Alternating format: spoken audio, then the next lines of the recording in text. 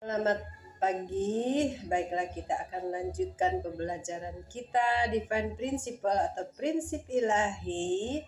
Kita masuk pada bab yang ke-6 tentang takdir. Apakah takdir hidup kita itu sudah ditentukan Allah ataukah kita punya tanggung jawab? Mari kita mempelajarinya. Perdebatan teologikal atas takdir telah menyebabkan kekacauan dalam kehidupan beragama banyak orang. Marilah kita mulai dengan menyelidiki sumber perdebatan ini. Di dalam Alkitab, kita menemukan banyak ayat yang sering ditafsirkan dengan pengertian bahwa segala sesuatu seperti kemakmuran dan kemerosotan, kebahagiaan dan kesengsaraan, keselamatan dan penghukuman dalam kehidupan setiap individu itu adalah sudah ditakdirkan. Begitu juga dengan bangkit dan runtuhnya bangsa-bangsa, itu terjadi tepat seperti yang ditakdirkan oleh Allah. Apakah benar demikian? Sebagai contoh, Rasul Paulus menulis di dalam Roma 8 ayat 30. Mereka yang ditentukannya dari semula, mereka itu juga dipanggilnya, dan mereka yang dipanggilnya, mereka itu juga dibenarkannya, dan mereka yang dibenarkannya, mereka itu juga dimuliakannya. Kemudian kita lihat Roma 9 ayat 15 sampai 16.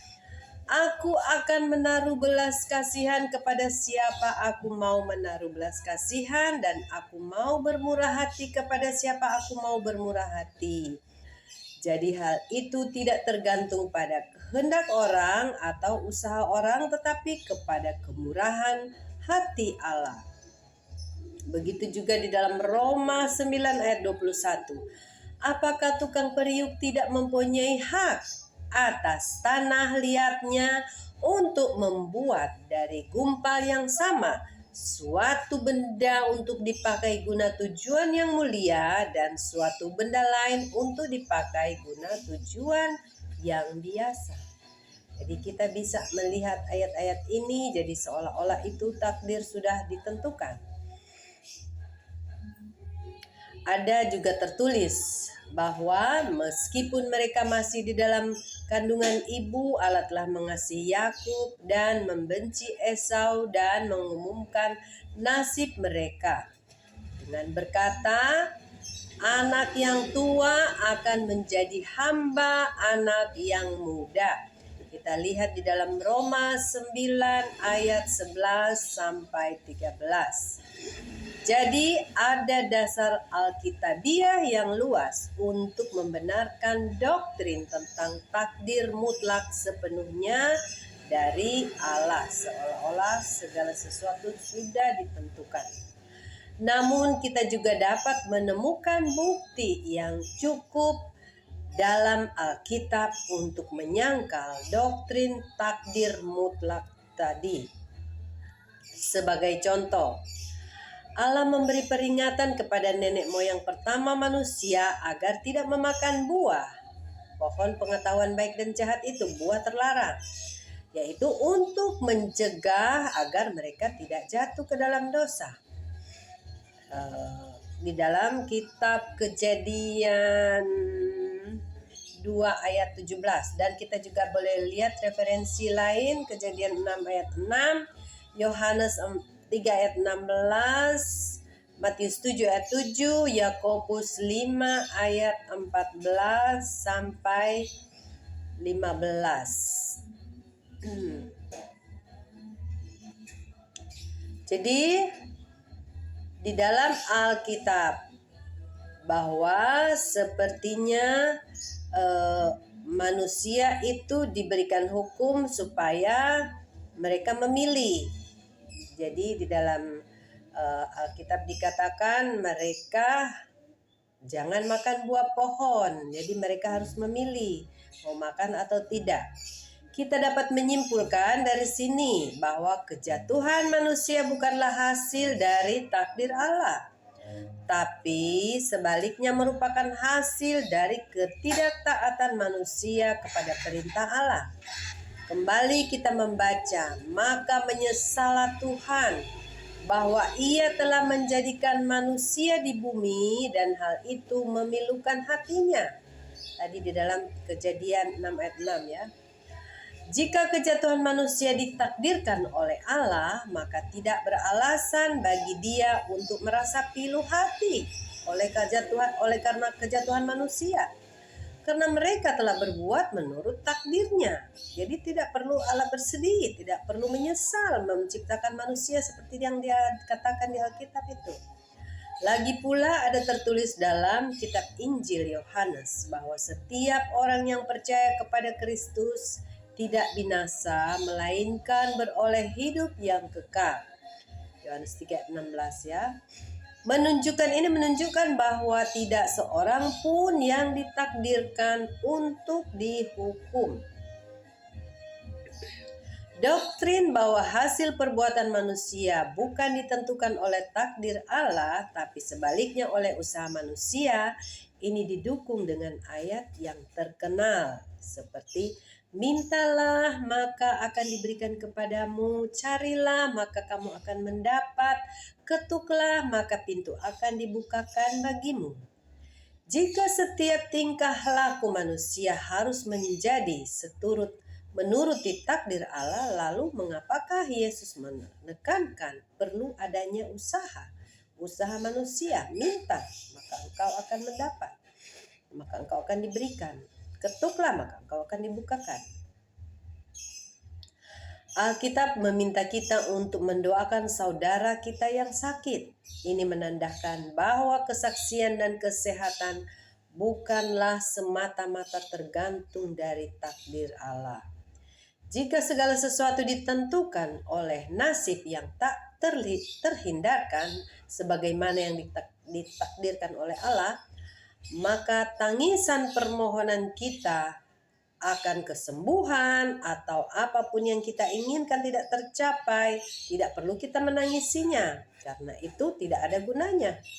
Jadi tidak perlu kita berdoa, karena sudah ditakdirkan, terima nasib. Ya. Jadi kita akan mengira bahwa semenjak Allah adalah mutlak, ketika Dia harus mentakdirkan sesuatu, itu mutlak tepat dan tidak dapat dirubah dengan usaha manusia. Oleh karena itu, jika kita menerima doktrin tradisional bahwa segala sesuatu ditakdirkan mutlak oleh Allah, maka kita harus menarik kesimpulan bahwa tidak ada usaha manusia yang diperlukan, termasuk doa. Tidak perlu. Karena kita harus melewati jalan takdir, sudah digariskan seperti robot. Jadi tidak perlu ada lagi pengabaran Injil atau menggalang dana yang dapat ditambahkan kepada providensi Allah atas pemulihan. Usaha tambahan apa saja melebihi perjalanan yang alami akan sepenuhnya menjadi sia-sia bila memang itu sudah ditentukan demikian. Semenjak ada dasar yang luas di dalam Alkitab untuk membenarkan kedua doktrin yang bertentangan ini, maka perdebatan atas masalah takdir tidak akan terhindarkan. Bagaimanakah prinsip menyelesaikan masalah ini?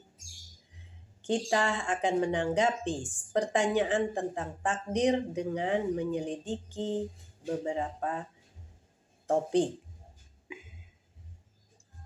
Subbab 1, takdir atas kehendak Allah.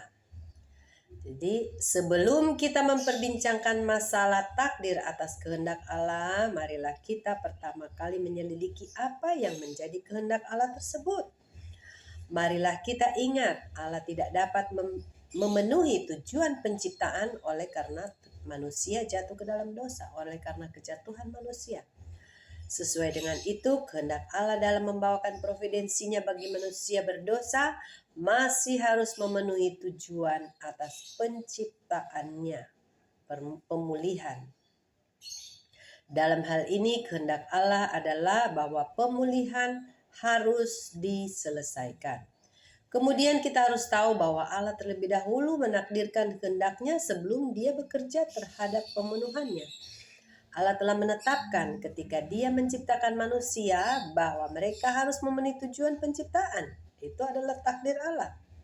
Ketika Allah tidak dapat memenuhi kehendaknya oleh karena kejatuhan manusia, oleh karena pilihan manusia untuk jatuh, maka sekali lagi dia menetapkan untuk memenuhi kehendaknya melalui providensi pemulihan, dan sejak itu dia telah bekerja untuk memenuhi providensi pemulihan yang tidak terpenuhi sebagaimana cita-cita asalnya pada saat Adam dan Hawa, masa Adam dan Hawa hidup. Allah pastilah menakdirkan kehendaknya dan membawakan perwujudan itu dalam jalan yang baik, kebaikan. Karena Allah itu baik. Bukan jalan yang jahat. Allah bukan yang jahat. Allah itu selalu baik. Jadi apapun yang dia katakan ditakdirkannya adalah selalu baik. Allah adalah penemu kebaikan itu. Dengan begitu tujuan penciptaannya juga adalah baik. Sama halnya tujuan providensi pemulihan dan kehendaknya untuk memenuhi tujuan providensi itu juga semuanya adalah baik. Untuk alasan ini bukanlah maksud Allah kalau ada yang menghalangi atau menentang pemenuhan tujuan penciptaan. Khususnya dia tidak menakdirkan kejatuhan manusia atau dia tidak menakdirkan manusia untuk berdosa sehingga membuat manusia ini harus bertanggung jawab atas penghakiman atas dosa mereka. Allah juga tidak menakdirkan kejadian yang merusak, perusakan alam semesta, perusakan lingkungan. Allah tidak menakdirkan itu. Jika kejahatan demikian adalah hasil yang tak dapat dihindari sebagai takdir Allah, maka Allah bukanlah penemu kebaikan, tetapi bercampur dengan keburukan atau kejahatan. Jadi tambahan pula, jika Allah sendiri menakdirkan hasil yang jahat seperti itu, maka dia tidak akan mengungkapkan penyesalan atas manusia seperti yang sudah dia katakan di dalam Alkitab. Sebagai contoh atas perusakan tabiat oleh manusia berdosa, maka Allah merasa menyesal telah menciptakan manusia. Juga dengan penyesalan atas Raja Saul ketika dia tergelincir dalam ketidakberimanan. Kita sudah baca referensinya, kisah tentang Saul. Ayat-ayat ini menggambarkan bahwa kejahatan bukanlah hasil dari takdir yang ditentukan oleh Allah, tetapi sebaliknya hasil dari kegagalan manusia memenuhi tanggung jawab mereka dan berbalik bergandengan tangan manusia menjadi milik setan. Melanggar kehendak Allah, berbalik muka kepada setan. Sejauh manakah Allah menakdirkan kehendaknya, yaitu pemenuhan utama dari tujuan penciptaan? Allah adalah makhluk yang mutlak, unik, abadi, dan tidak berubah. Oleh karena itu, tujuan penciptaannya juga haruslah mutlak, unik, abadi, dan tidak berubah. Tadi kita sudah lihat Kejadian 6 ayat 6, Allah menyesal. Dan 1 Samuel 15 ayat 11 kita boleh baca. Kehendak Allah untuk providensi pemulihan yaitu sasaran pemenuhan tujuan penciptaan. Ini semua karena Allah mutlak, maka semua ini juga harus mutlak, unik, dan tidak berubah. Diikuti dengan takdir Allah atas kehendaknya, yaitu tujuan penciptaan suatu hari kelak akan terpenuhi, juga harus mutlak. Karena Allah itu mutlak, tidak terpenuhi hari ini, besok dan seterusnya. Orang boleh berganti, orang pilihan boleh berganti, tapi kehendaknya tetap selama-lamanya harus terwujud. Tujuan penciptaannya suatu hari akan terpenuhi, dan juga itu harus mutlak seperti yang tertulis di dalam Alkitab,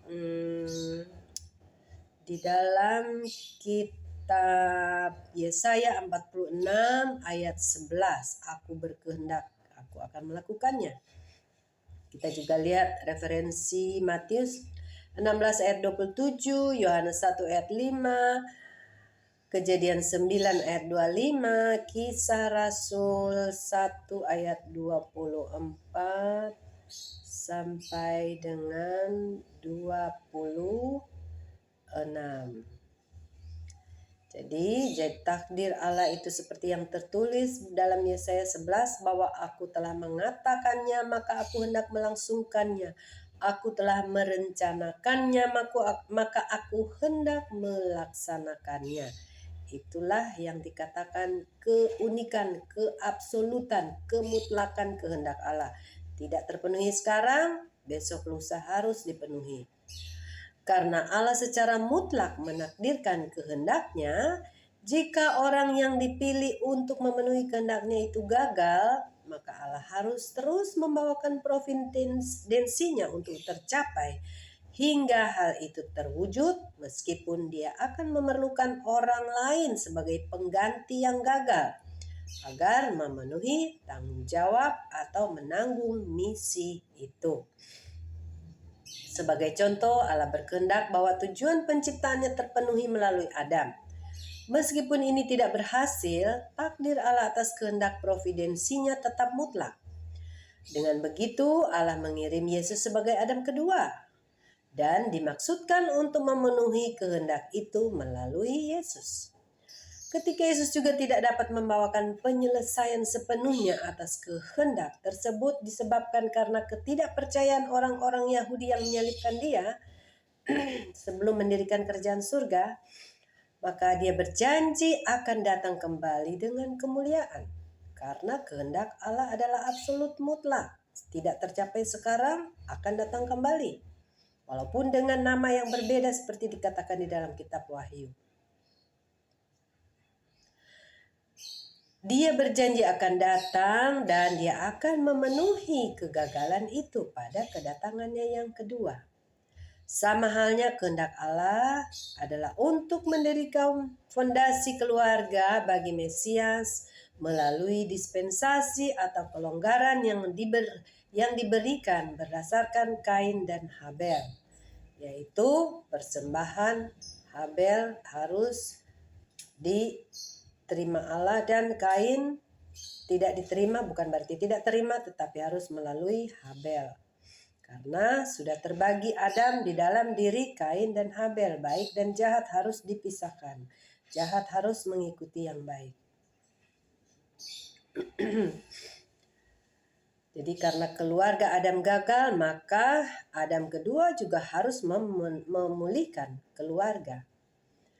Jadi kelonggaran itu harus dicapai pertama di dalam keluarga. Kelonggaran dispensasi Allah maksudnya.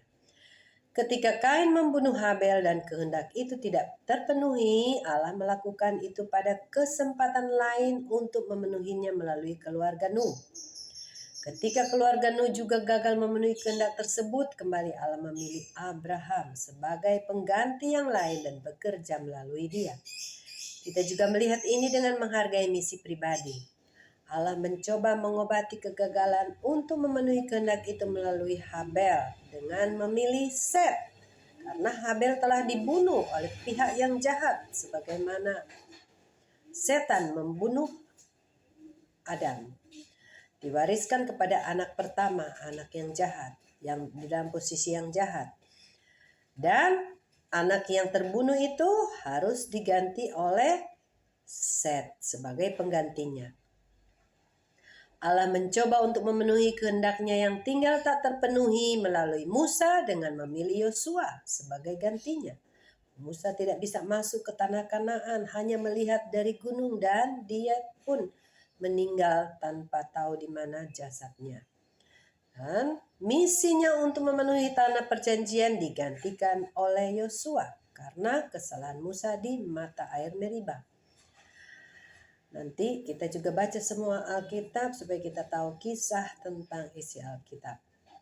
Ketika kehendak Allah bagi Yudas Iskariot itu dihilangkan dengan pengkhianatannya terhadap Yesus, dia menjual Yesus, Allah memberi kesempatan kedua untuk memenuhi kehendak tersebut dengan memilih Matias. 12 murid harus tepat 12. Kurang 1 harus ada 1 untuk memenuhi angka 12.